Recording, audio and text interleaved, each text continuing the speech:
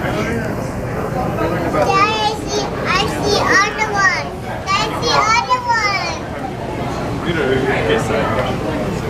We just went to the movie kayak in Nagoya earlier this year. We were in San Diego earlier this year. Did some touristy stuff. We were there for a week too.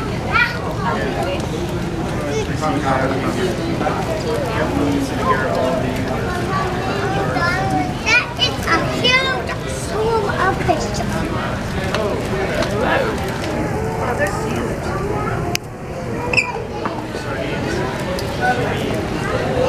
I'm going to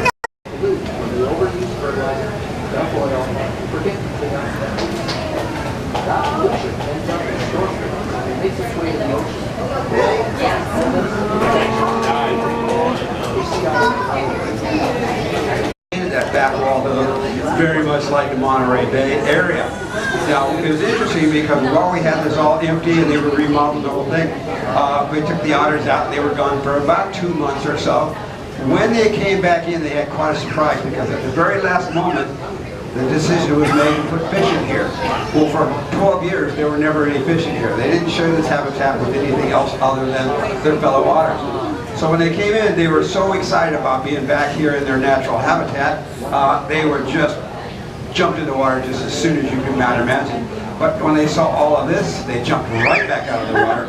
They were terrified. They had no idea what these things were. You might imagine, I mean, they've never seen it before.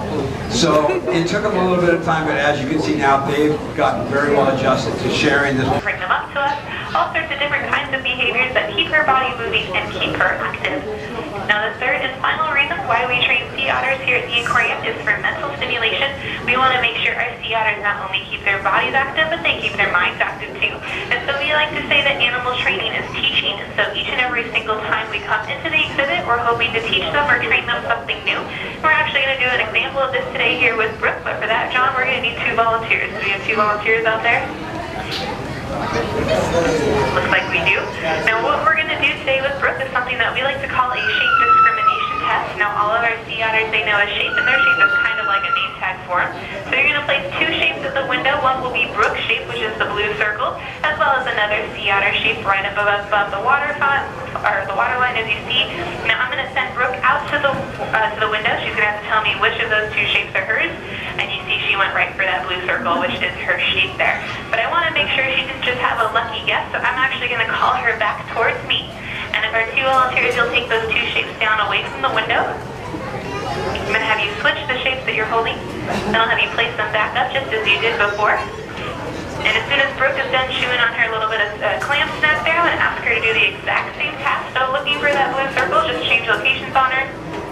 And we can't fool Brooke. She stopped right in front of that blue circle. So let's give her a round of applause for getting an A on her test today, as well as our volunteers. Thank you so much for helping us out.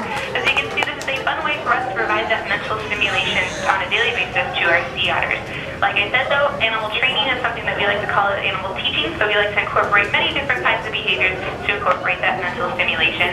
Now at this point, I'm going to pass the microphone back over to John. We're going to stick inside the exhibit though and continue on with our training session with our sea otters. We hope that you're going to stick around as well because John is going to give us some more information about our sea otters.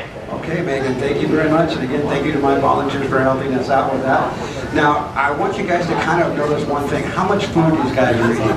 They eat a lot of food. And each and every time that we offer it or we ask them to do behavior, by the way, we don't do tricks. We don't ask them to do tricks, they do behaviors. If they took that young lady right there and they put her in a box and one of the otters sawed her in half and put her back together, that would be a really, really cool trick. They don't do tricks, they do behaviors, and when they do behavior, they do something that Megan was talking about. We practice positive reinforcement. So if they do it correctly, they get a big bunch of fish or a big bunch of cooked up clams and squid, different kinds of things like that. And if they don't do it correctly, then we get to give them something that happens in my house every Thursday or so, when my grandsons are about, where they get something called a timeout. Anybody ever heard of that before? Yeah, my grandsons know about timeout. So if they don't do things correctly, they get a little bit of a timeout, but it's just lasts about 20 seconds. We ask them to do the behavior. When they do it, then they do get that reward, which is that fish. Now, they have to eat constantly almost. These guys have to eat about 25% of their body weight each and every day. Why is that? Well, they have a very high metabolistic rate, obviously, but they also have the thickest, densest fur of any animal on the planet.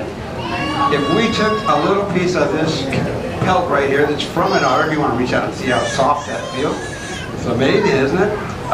If we took just a little 1-inch circle out of this pelt and put it under a microscope, we can expect to count about 1 million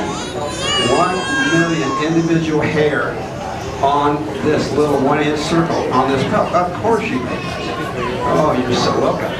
Now, these guys were hunted to near extinction because of that pelt being so thick and so luxurious. At one point in time in the 1700s, they took a census and they found over 300,000 otters living all up and down Northern California and up into Alaska and over into Japan and different areas.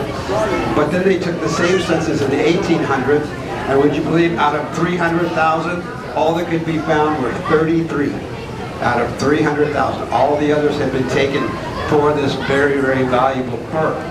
So they did pass a fur treaty bill, and that limited the numbers of otters that could be taken for that fur. And now they estimate about 5 or... Substitute sounds like a really fancy word, but it actually just means animal health care. We train them so that they can actively participate in their own health care. So as you can imagine, it can be really hard to force an animal to do something that they don't want to do, and we don't want to do that and stress them out. So we can train them to do different things. Like we've trained first to allow us to touch her, so we can do tactile with her, touch her fur and make sure she's grooming herself properly. I can look at her flippers to make sure that she doesn't have any cuts or abrasions in them. We've also trained our otters to go onto a scale. That way we can weigh them and make sure that they're at a good body weight, not gaining or losing too much weight, that they're maintaining a healthy body weight. We've also trained our otters to get their teeth brushed. As you can see, Charlie is getting his teeth brushed right now. This is really important because they can have fat build up on their teeth, kind of like us. They actually get it yearly physical, where we go in and look at their teeth, and they use the same dental equipment that your dentist would use to clean out their teeth.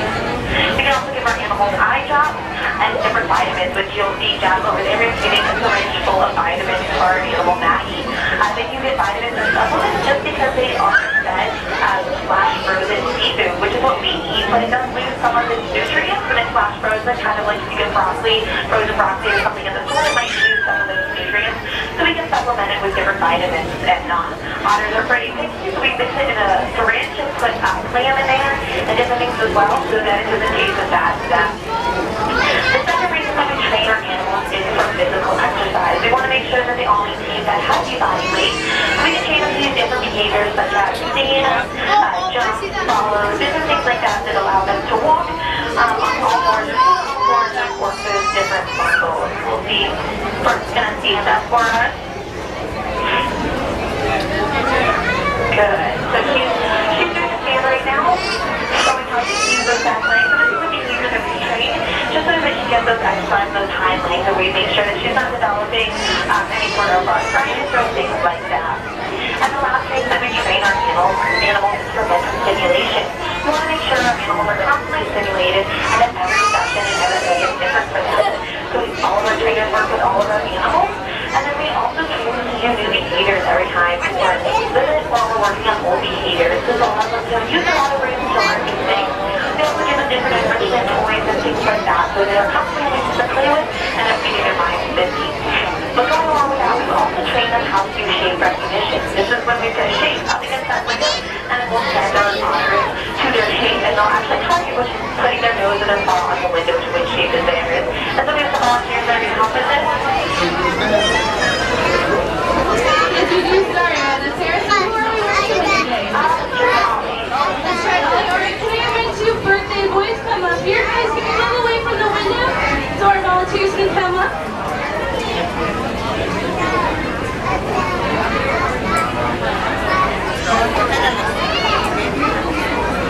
Alright, so we're going to be testing Ollie, is that right? Yes, we are. Alright, so you guys can go ahead. Alright, I'll go ahead and send Ollie to the window. Oh. Sorry, you guys weren't ready. Let me go ahead and send her back.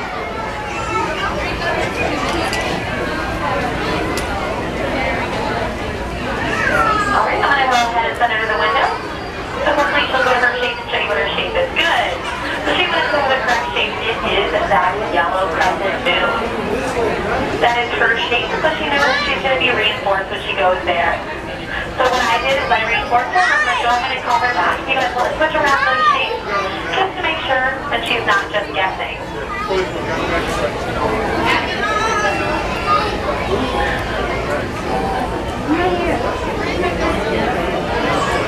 Alright, we'll go ahead and send her. Ollie, catches. Good. So she got it right again, so what I'm doing now is I'm reinforcing her. You guys might have heard me say the word good. So good is a bridge. It bridges the gap in time between her doing the correct behavior and receiving her reinforcement. So we get a round of applause for our volunteers. You guys did an awesome job today. And also for Ollie, who did a great job as well. But I'm going to get off my and continue on with my training session and pass it back over to our educator who's going to tell you all about the natural history of our sea otters. So please stick around to learn more. Let's go this way. Let's go this way. Alright, once again, guys, we are still finishing our training session, so everyone does need to please stay away from this window at this time. Thank you so much.